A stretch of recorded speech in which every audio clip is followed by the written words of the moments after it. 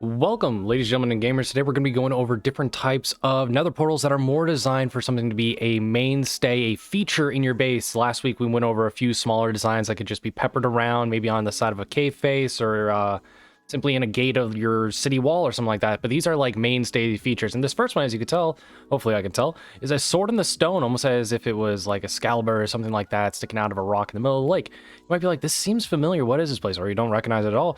This is Intrinsic Season 4. I found another copy of the seed, and we were able to have this for our creative little builds like this. And if you guys think that this looks cool, you just see what we do on the server. But yeah, we're going over a few of these different designs. The netherite block at the top is something you don't necessarily need to have, but I think it looks good. You should go for it. Really, you should.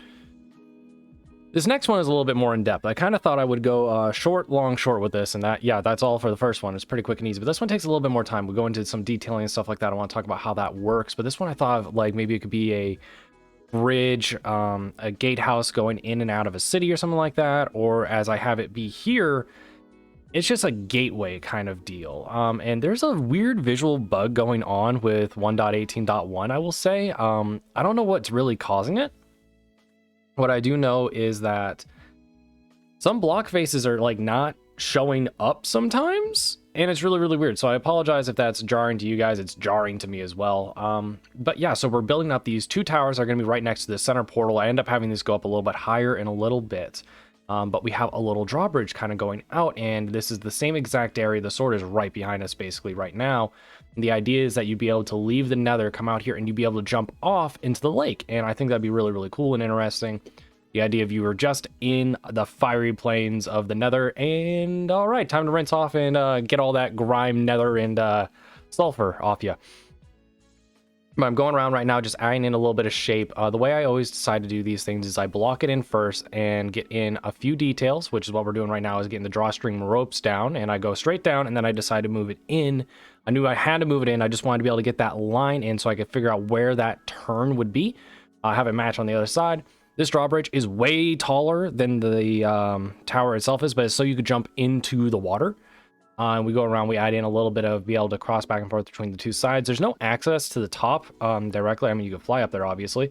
But now we're going through, and we're going to be, well, we're going to be tearing out some stuff, actually. Best way, I believe, to texture is as fully randomly as possible. You find some blocks that work well with it, and you just add them in. So we're going around, we're making holes all over the place right now. You can see it on the other tower happening. We're going to be filling this in with various different blackstone blocks. Regular blackstone, the chiseled, the polished, the gilded, all that different stuff. Filling it all in, making it pop, making it look a little bit more unique and interesting. But I wanted to keep some things stable, like the very tops of them, all brick. You know, a little bit more support than just a random blackstone we kind of pushed into the wall if it fell apart a little bit. I think this looks pretty good. We're filling all this up, getting it all in, and we're adding in these corner supports. Now, when you're adding something like this, it is to frame the build you've already done. I actually wanted to get this lower angle on this just to be able to make it so it's like when you look up at this, it's a lot. This is a larger build. It looks really good, I think. Like, just take a look. It's gorgeous. Also, I love that it's sped up and seeing the clouds just zoom past over the top of it.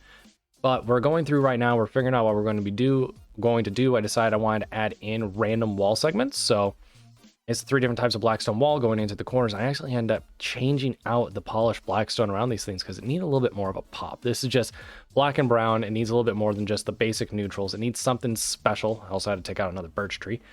So we're going around figuring it all out. This is where I kind of had that moment of, we need some color. So red nether brick, I think, looks really good. And I'm going to be honest, when I first built this, like looking at it, like right there, I took a step back. I'm like, I don't know about this. Let's give it a shot though. We go all around, we'll get it all set up, and I think it ends up looking good. We're going to take a look at the back side of this a little bit. You'll actually see the sword in the background there. Look at that beauty. But we're getting all this put in, and I think it looks really good. The key here is just being able to have something that is large enough that it gains attention and garners attention, but it is a simple build. It's not something that takes away from your actual beautiful, amazing base, but it is something epic and amazing. So yeah, we're just going to take a quick look. You can hop off that right into the water when you're done, and it works really good, I believe. This last one's a really quick one. We're just going to be doing a Stargate kind of idea. This is something if you lived in a futuristic base or something like that, you really love your elytra like I do, and you decide to go for it. I had to move around the sea lanterns a little bit because trapdoors don't like to be in the same block as each other, I found out today. But yeah, we're just going around getting all the trapdoors, and the green pop makes it look a lot more interesting. I think we added in some soul lanterns just for the light around it, so you'll be able to see it better at night, you know, because a dozen sea lanterns isn't enough for that, apparently, in my mind. I had a couple beacons just to make it so it looks like that's what's supporting this. I know this is like the most expensive thing, but I think it looks really, really nice. You could fly on up to it and things like that. If you really wanted to, you could add some cobwebs and stuff, but I think it works great.